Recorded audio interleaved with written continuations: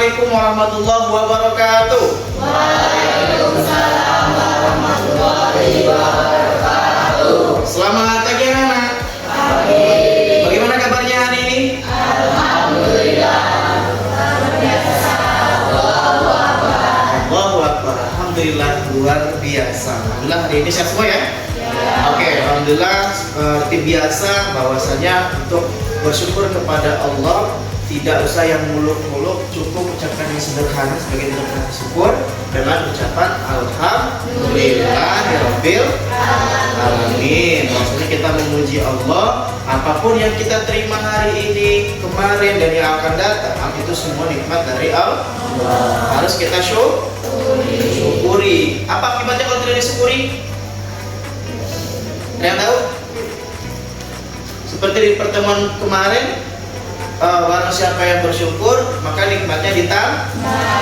Terus kalau yang nggak bersyukur atau kufur akan disiksa, diangkat nikmatnya. Ya, bagi orang yang bersyukur kata Allah ditambah nikmatnya. Tapi bagi orang yang kufur tidak bersyukur maka ingat azabul lebih pedih kata Allah. Ya. Jadi anak-anak mulai dari hari ini terus sampai ke depan sampai dewasa nanti harus bisa selalu bersyukur apapun yang diberikan oleh Allah. Bersyukur itu bukan berarti mendapat hal yang baik, tetapi ketika mendapatkan musibah pun bersyukur. Kenapa? Karena tidaklah Allah memberikan suatu cobaan atau musibah kepada manusia melainkan di setiap kejadian itu ada hikmahnya. Itu teguran buat kita. Tuhan itu adalah cobaan buat kita. Maka ketika selesai cobaan tersebut, maka kita akan dapat hikmahnya, dapat pelajarannya. Maka jangan pernah seuzon. Apa itu seuzon? Apa? Ada tahu seuzon?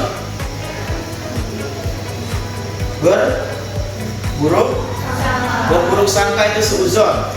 Kalau berbaik sangka husnuzon. Ya, sama Allah pun nggak boleh berburuk sangka. Ya Allah, ini ngapain kok saya lagi nggak punya duit, malah mau sekolah nggak punya bensin, banyak malah bocor. Jangan berburuk sangka. Siapa tahu ketika Allah memberikan cobaan itu, ya ternyata di balik itu ternyata Allah menyimpan rencana besar. Misalnya kamu dari rumah mau ke sekolah, ternyata masih di rumah bannya itu rusak, ya, atau bocor. Ya, jangan marah dulu, jangan seuzon dulu. Oh, ini nggak pengertian, jangan. Ternyata kalaupun tadi itu nggak bocor terus kemudian dipaksakan berangkat, ternyata di jalan itu ada bencana. Untuk Allah memberikan kita petunjuk melalui cobaan tadi, banyak bocor. Maka jangan seuzon dulu kepada Allah, husnuzon dulu, berbaik sangka. Ternyata kalau saya tadi paksakan berangkat, ternyata di jalan itu ada bencana, Allah suruh bisa lewat. Ya, seperti itu. Ya. Oke, baiklah sekalian. Kita hari ini akan masuk ke materi selanjutnya. Kalau minggu lalu kita belajar tentang sholat 5 waktu. Berapa kali kita sholat? 5 kali atau 5 waktu. Total rakaatnya berapa? 17. Sholat zuhur berapa rakaat? 4. Sholat asar berapa rakaat? 4. Sholat maghrib berapa rakaat? 3. Kalau isya? Kalau subuh? 2. Nah, hari ini kita masih membahas tentang sholat, akan tetapi masalahnya adalah kita membahas tentang sholat berjamaah. Sholat itu bisa dilakukan sendiri, bisa dilakukan berjamaah.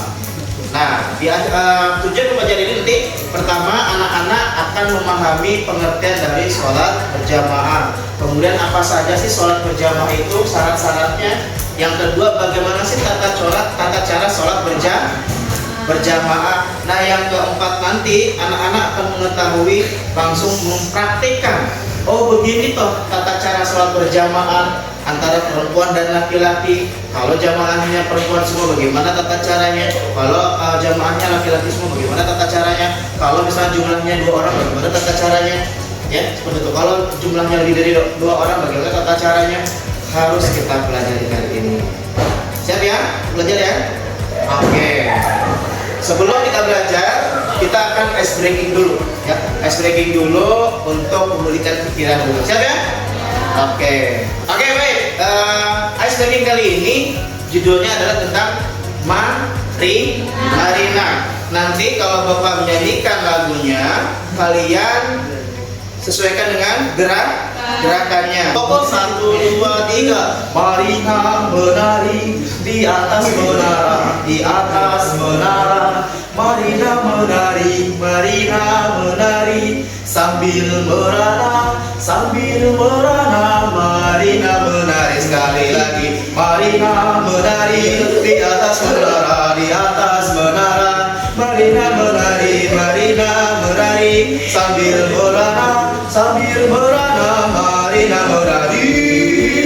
Baik, anak sekalian, kita masuk akan belajar tentang sholat berjamaah. Ini pengertian, kemudian syarat, tata cara, dan nanti terakhir akan ada praktek. Oke, langsung saja nanti kita menyaksikan video yang ada di layar berikut ini. Silakan disaksikan.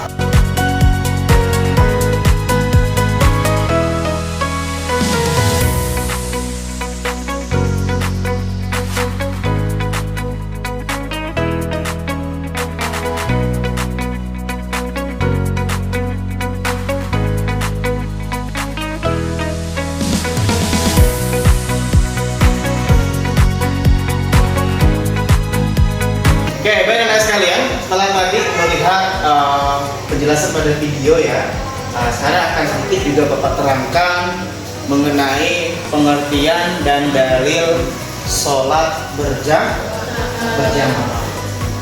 Apa sih sholat berjamaah itu?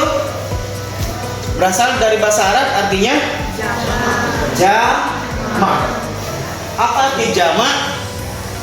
Berkumpul atau banyak. Jamaah itu berkumpul atau banyak. Sehingga kata jamaah itu berarti orangnya lebih dari satu. Namanya juga jamaah. Kalau jamaah berarti lebih dari satu. Orang yang berkumpul itu namanya berjamaah. Nah, sekarang kita bahas adalah sholat yang orangnya lebih dari satu, maka dia sedang berjamaah. Ya. Kemudian hukum sholat berjamaah itu apa? Hukum sholat fardu berjamaah itu apa? Sunnah, wajib apa sunnah? Sunnah muakkad. Baik anak sekalian, setelah tadi melihat dan menonton penjelasan mengenai tentang pengertian sholat berjamaah, kemudian syarat sholat berjamaah dan tata cara, ya, kita diskusi dulu nih. Kita diskusi dulu mengenai keutamaan sholat berjamaah. Nanti akan saya berikan keutamaan berdasarkan dalil-dalil hadis dan Al-Quran. Nanti anak-anak diskusikan dengan grupnya masing-masing. Apa makna dari dalil-dalil tersebut? Maksudnya seperti apa? Siap ya? Akan saya bagi jadi 4 kelompok. Ya, 4 kelompok akan saya berikan 4 keutamaan yang menurut hadis dan juga ayat Al-Quran. Nanti anak-anak silakan diskusikan dengan kawan-kawannya. Lalu kemudian nanti per kelompok seperti biasa maju satu-satu untuk mempresentasikan hasil diskusinya. Siap ya? Oke, silakan bekerja.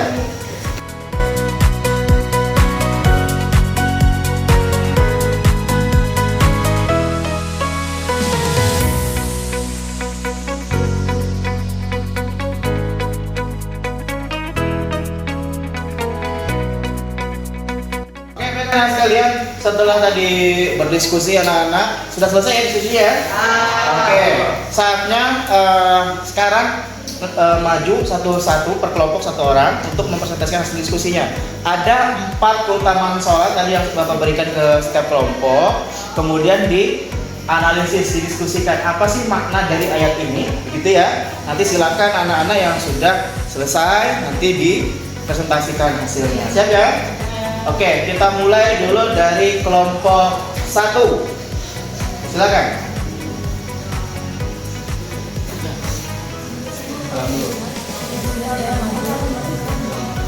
Waalaikumsalam warahmatullahi wabarakatuh.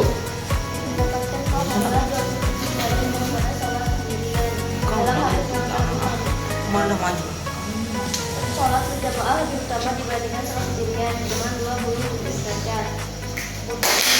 Ya sekalian, terima kasih banyak. Tadi empat-empatnya sudah maju dari satu kelompok. Pertama adalah tadi apa nomor 1? Mendapatkan pahala 27 derajat. Baik sekalian, terima kasih atas presentasinya. Ya. Kemudian setelah ini nanti kita akan praktik sholat berjamaah.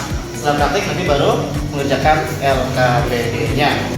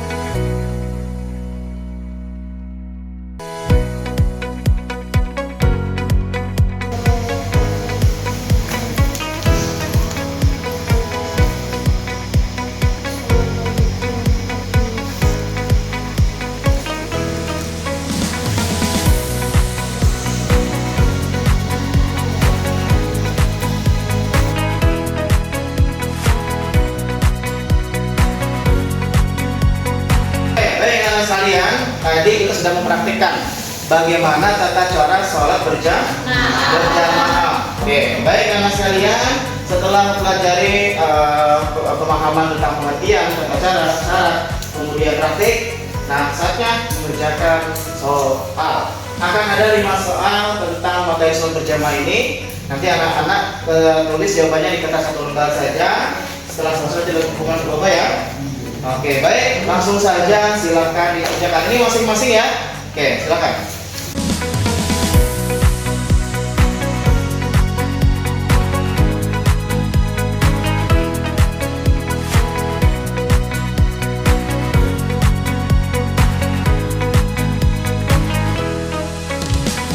Anak sekalian, alhamdulillah KPD sudah selesai dilaksanakan, kita akan Bapak nilai ya. Terima kasih untuk atensi anak-anak pada hari ini dalam materi sholat berjamaah. Oke, Bapak ringkas dari awal tadi bahwasanya jamaah sholat berjamaah itu berasal dari bahasa Arab yang artinya artinya apa jamaah itu? Banyak dan berkumpul. Sedangkan secara istilah adalah sholat berjamaah itu adalah sholat yang dilaksanakan lebih dari satu orang ya, itu. Nah kemudian syaratnya adalah bahwa yang bisa terjadinya sholat berjamaah itu adalah harus ada imam, kedua ada makmum. Setelah itu baru melaksanakan sholatnya. Tata caranya tadi sudah dipraktikkan oleh anak-anak sekalian, bahwasanya ya seperti itu tadi. Kalau satu orang sholatnya seperti ini, kalau lebih dari kalau 2 orang seperti ini, kalau lebih dari 2 orang sholatnya seperti ini. Harus anak-anak pahami, dan nanti ketika menemukan situasi seperti itu maka tinggal dipraktekkan. Baik, terima kasih anak-anak atas perhatiannya hari ini. Kita akhiri dengan hamdalah. Alhamdulillahirabbil alamin. Kita sama-sama baca surat Al-Baqarah. Bismillahirrahmanirrahim.